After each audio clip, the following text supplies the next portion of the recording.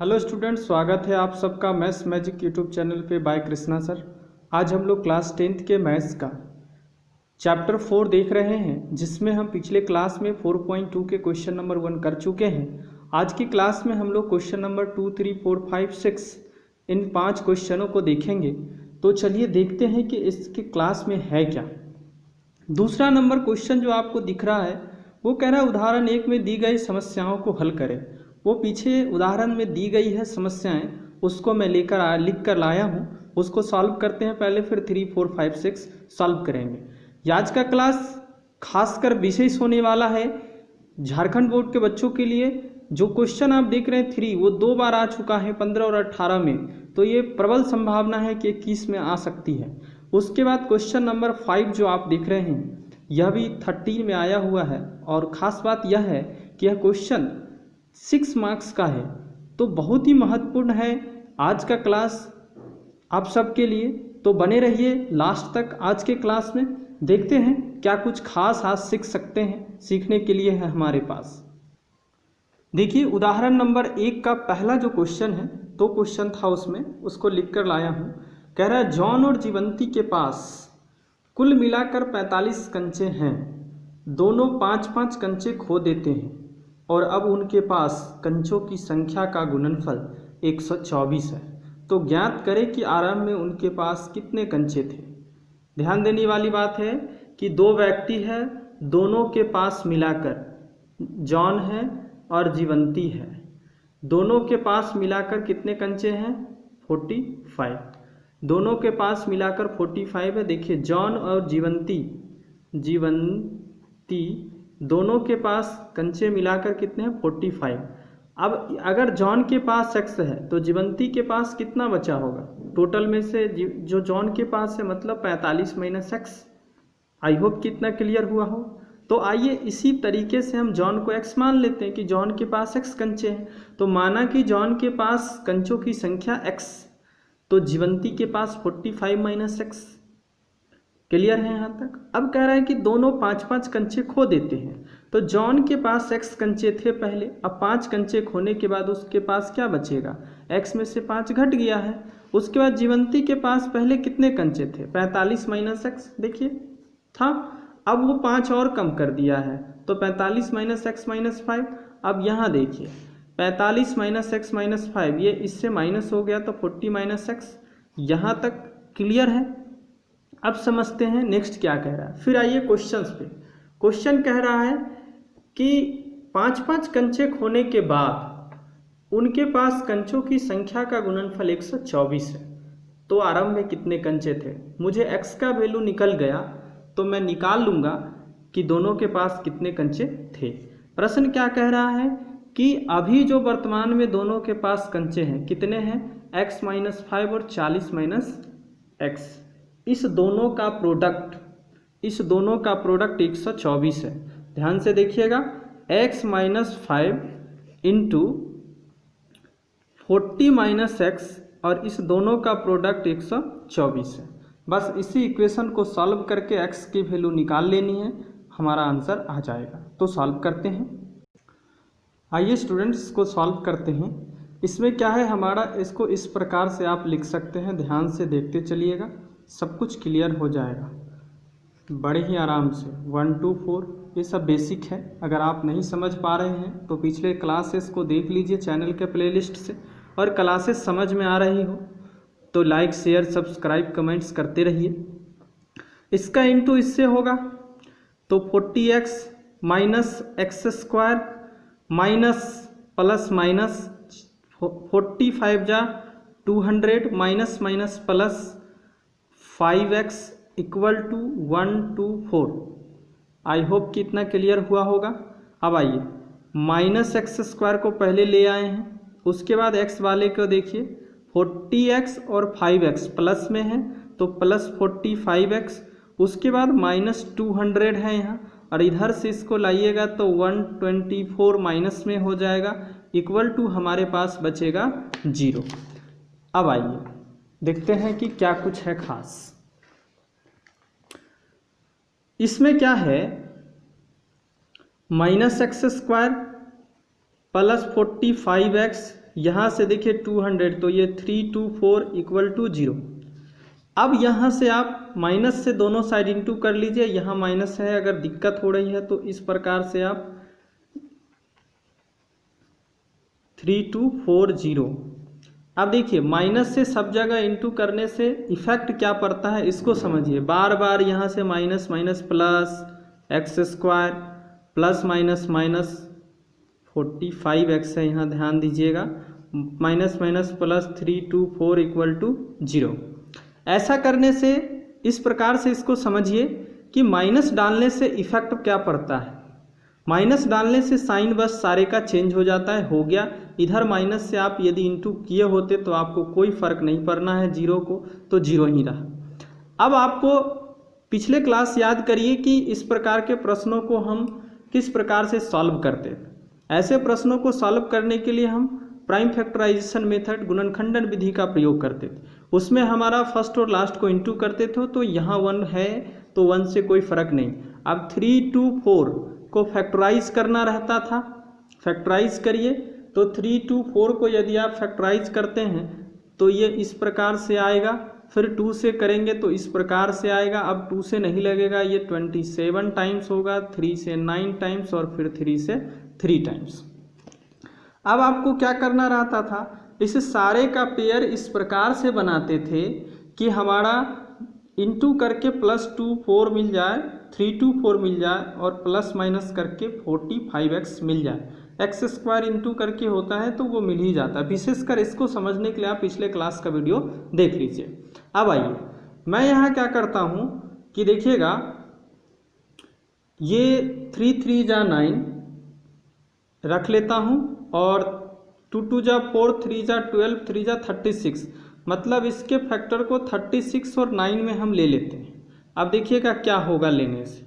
मैं यहाँ पर -9x और -36x प्लस 324 लिख सकता हूँ।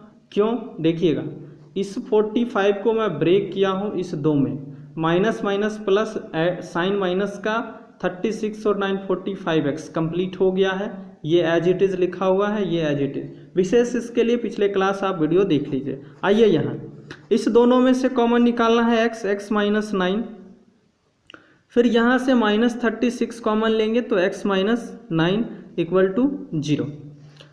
अब इस दोनों में x - 9 कॉमन है, जो मैं पहले वीडियो में बता चुका हूँ, x - 36। इसमें ज़्यादा समय नहीं देंगे, यहाँ इस क्वेश्चन में ऊपर में ही समझने वाली चीज़ें थी। अब जब 2 नंबर का प्रोडक्ट 0 है, इसका मतलब दोनों में से कोई एक न एक कम से कम 0 होगा या दोनों 0 हो सकता है, तो मुझे नहीं पता।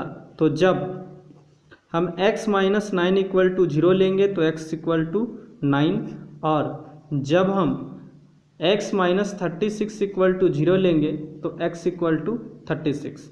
अब देखिए फाइनली आंसर मुझे यही आएगा, दोनों के पास कंचों की संख्या।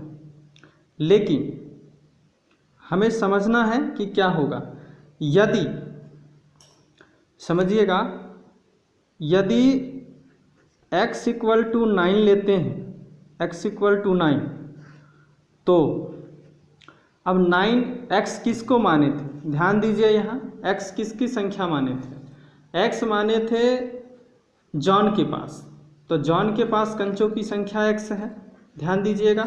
तो जॉन के पास x है, तो जॉन के पास कंचों की संख्या 9 और जीवंती के पास कितना, तो 45 - 9, 45 - x था, तो यहाँ पर हो गया उसका 36। तो ये हो गया। जब आप यहाँ x = 36 लेंगे, x = 36 लेंगे तो आपका क्या होगा, जॉन के पास आपको कंचे मिल जाएंगे कितने, 36। तो जीवंती के पास कितने मिल जाएंगे, 45 - 36 दैट इज़ 9। अब यहाँ बोला नहीं गया है कि किसके पास ज़्यादा है किसके पास कम, तो दोनों केसेस पॉसिबल हैं कि जॉन के पास यदि 9 होगा तो जीवंती के पास 36 होगा, अगर जॉन के पास 36 है तो जीवंती के पास 9 होगा। आई होप कितना क्लियर हुआ होगा। तो क्लासेस समझ में आ रही है तो वीडियो को शेयर करते रहिए। देखते हैं नेक्स्ट, बहुत ज़्यादा समय लग गया, अब थोड़े फास्ट चलेंगे। इस क्वेश्चन को देखकर और लग रहा होगा कि कितना बड़ा क्वेश्चन है। कुछ नहीं है, समझते हैं। एक कुटीर उद्योग एक दिन में कुछ खिलौने निर्मित करता है। प्रत्येक खिलौने का मूल्य रुपये में है 55 रुपया। एक दिन में निर्माण किए गए खिलौनों की संख्या को घटाने से प्राप्त संख्या के बराबर है। किसी एक दिन कुल निर्माण लागत 750 रुपया थी। उस दिन निर्माण किए गए खिलौनों की संख्या क्या थी? चीज़ों को समझिए। कह रहा है एक कंपनी है, प्रत्येक खिलौने का मूल्य 55 रुपया है। कह रहा है एक दिन ऐसा होता है कि खिलौने निर्माण किए जाते हैं जिसकी संख्या घटाने से उस दिन के जो संख्या है पैसों का उसके बराबर है। किसी एक दिन कुल निर्माण लागत, मतलब एक दिन कुल लागत जो है 750 रुपये हुआ है, तो उस दिन कितने खिलौने निर्माण किए गए थे? तो कुछ नहीं है, जो पूछा जाएगा उसी को मान लिया जाता है। तो मान लेते हैं, माना कि उस दिन अब समझिए स्टूडेंट्स क्या है। माना कि उस दिन निर्मित खिलौनों की संख्या x मान लिया मैंने। तो उस दिन प्रत्येक खिलौनों की निर्माण लागत, जैसा कि क्वेश्चन में कह रहा है कि जिस दिन की अगर बात करिएगा तो निर्माण का लागत उस दिन के खिलौना जितना बनता है उसकी संख्या घटाने से मिलता है। तो आज मान लीजिए, आज की बात कर रहे हैं हम, तो आज हम मान लिए कि x वस्तु का उत्पादन हुआ है, ठीक। तो आज कुल लागत कितना लगा है? तो 55 में से x वस्तु घटाने से, वस्तुओं की संख्या घटाने से इतनी लागत लगा है। उसके बाद क्वेश्चन में दूसरी बात कही जा रही है कि उस दिन, मतलब उसी दिन कुल निर्माण लागत 750 रुपया है। अब समझिए कि आप x वस्तु निर्माण कर रहे हैं और एक वस्तु का दाम, आपको एक वस्तु का बनाने में खर्च आ रहा है 55 माइनस x रुपया। तो उस दिन कुल लागत आपको कितना लगा होगा? जैसे इसको इस प्रकार से समझते हैं कि यदि हमारे पास 5 वस्तु का उत्पादन हुआ और एक वस्तु पर खर्च है 2 रुपया, तो कुल आज खर्च कितना हुआ? 5 दूनी 10 रुपया। बस यही बात है कि आज मैं x वस्तु का उत्पादन कर रहा हूँ और प्रत्येक वस्तु की लागत मूल्य है 55 माइनस x, और यही रुपया में कन्वर्ट हो जाएगा और यही दिया हुआ है कुल रुपये 750, जो कि आप क्वेश्चन में देख रहे हैं। आई होप कि इतना समझ में आया होगा। अब इसी इक्वेशन को सॉल्व कर लेते हैं, इसी को थोड़ा सा ढंग से लिख लेते हैं। 750, अब यहाँ आइए, 55x minus x square equal to 750, यहाँ माइनस एक्स स्क्वायर आइएगा प्लस 55x माइनस 750, ध्यान दीजिएगा यहाँ। अब क्या करना है, फिर वही बात, माइनस को कैंसिल करना है तो सीधे साइन चेंज कर दीजिए आप, आपको कुछ सोचना नहीं है, और ये 750 प्लस में हो जाएगा। अब फिर आपको 750 का फैक्टराइज करना है तो यहाँ चालाकी करिए, आप इसको इस प्रकार से लिख सकते हैं। आइएगा, इसको आप इस प्रकार से लिख सकते हैं, 10 को 15 को आप 75 को आप 15 25 तिहाई 75 लिख सकते हैं, 25 तिहाई 75 लिख सकते हैं, 25 को आप 5 गुने 5 लिख सकते हैं। तो फाइनली आपको फैक्टर क्या क्या हो गए, 5 इंटू 5 इंटू 3 इंटू 2 इंटू 5। आई होप कि इतना समझ में आया होगा। अब देखिए, आपको जोड़कर 55 लाना है, गुना करके 750 लाना है। गुना के बारे में कभी नहीं सोचना है, क्योंकि इसी के फैक्टर हैं, इसी के गुणनखंड है, तो गुना करके उतना आएगा ही गुणनफल। आपको बस सोचना रहता है यहाँ साइन माइनस करने का, जोड़ घटाकर 55 मिल जाए। आइएगा देखिएगा, 3 2 जा 6, 6 5 जा 30, इस दोनों को एक साथ, और 5 5 जा 25 और ये 30, दोनों को एक साथ ले लें। अब ये दोनों को माइनस ले लेते हैं, जोड़ के 55 हो जाएगा। तो आइए, x square minus 25x minus 30x plus 750 equal to 0। यहाँ दोनों से आपको x कॉमन दिख रहा है, x माइनस 25, यहाँ से आपको माइनस 30 कॉमन दिख रहा है, x माइनस 25। अगर यहाँ टफ लग रहा होगा तो आप इस मेथड को पिछले वीडियो में देख लीजिए। यहाँ से कॉमन है x माइनस 25 और यहाँ से कॉमन, यहाँ मुझे बच गया x और यहाँ मुझे मिल गया 30 इक्वल टू 0।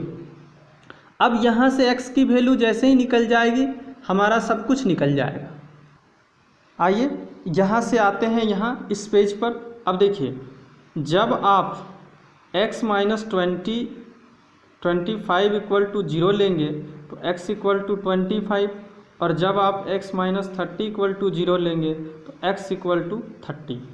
अब यहाँ भी दो केस बनते हैं। क्या क्या हो सकता है देखिएगा, हमने माना था क्या, इसको देखते हैं।